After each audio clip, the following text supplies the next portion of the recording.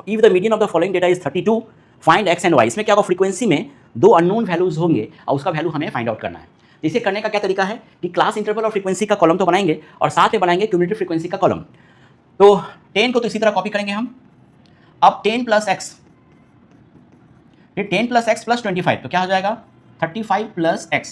अब 35 plus X plus 30 यानी 65 plus X, 65 plus X plus Y यानी 65 प्लस एक्स प्लस वाई, और 65 plus X plus Y plus 10 यानी 75 plus X plus Y.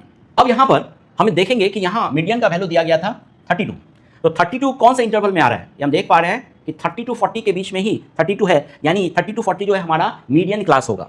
तो अगर ये मीडियन क्लास है तो फ्रीक्वेंसी इसे एफ मानेंगे, और ठीक इसके ऊपर का जो वैल्यू होगा, इस इंटरवल का ठीक ऊपर के, मतलब इस रो के ठीक ऊपर के वैल्यू, इसे हम सी एफ मानेंगे। और फॉर्मूला हमें पता है मीडियन का फॉर्मूला है L plus n/2 minus C F by F into H. अब यहाँ पर बता दिया है कि sum of the frequency is 100, मतलब अगर इसे हम ऐड करेंगे ना इस पार्ट को तो 100 मिलेगा। अब देखते हैं यहाँ पर 25 plus 10 35, 35 plus 30 65 plus 10 75 plus X plus Y, यानी ये क्या है आ गया वैल्यू 100, यानी हम बोल सकते हैं कि x प्लस वाई का वैल्यू कितना आ गया 25। अब अगर ये n है तो n/2 का वैल्यू क्या आएगा, n/2 का वैल्यू आ गया 100/2 यानी कि 50। तो हम यहाँ पर l के जगह वैल्यू बैठा सकते हैं क्या 30 प्लस n/2 के जगह बैठेंगे 50 माइनस सी एफ के जगह बैठेंगे 35 प्लस एक्स बाई एफ के जगह बैठेंगे 30 इंटू एच का मतलब क्या है, क्लास इंटरवल में कितना गैप है, यानी क्या क्लास साइज है, यानी 40 माइनस 30 क्या आ गया 10।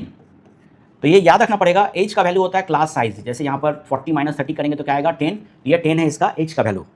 अब मीडियन का वैल्यू तो पता है 32, यहाँ 32 बैठा सकते हैं।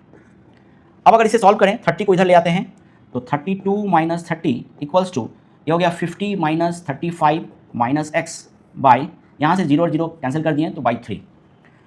32 माइनस 30 हो गया 2 इक्वल्स टू 50 माइनस 35 हो गया 15 माइनस एक्स बाई 3।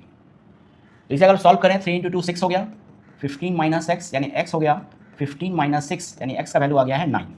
एक्स का वैल्यू 9 निकल चुका है।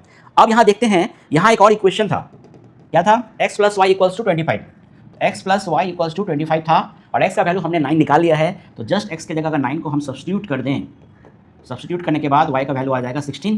तो इस तरह से हमने ये जो दो अननोन वैल्यूज़ थे x और y का, उसे भी फाइंड आउट कर लिया है।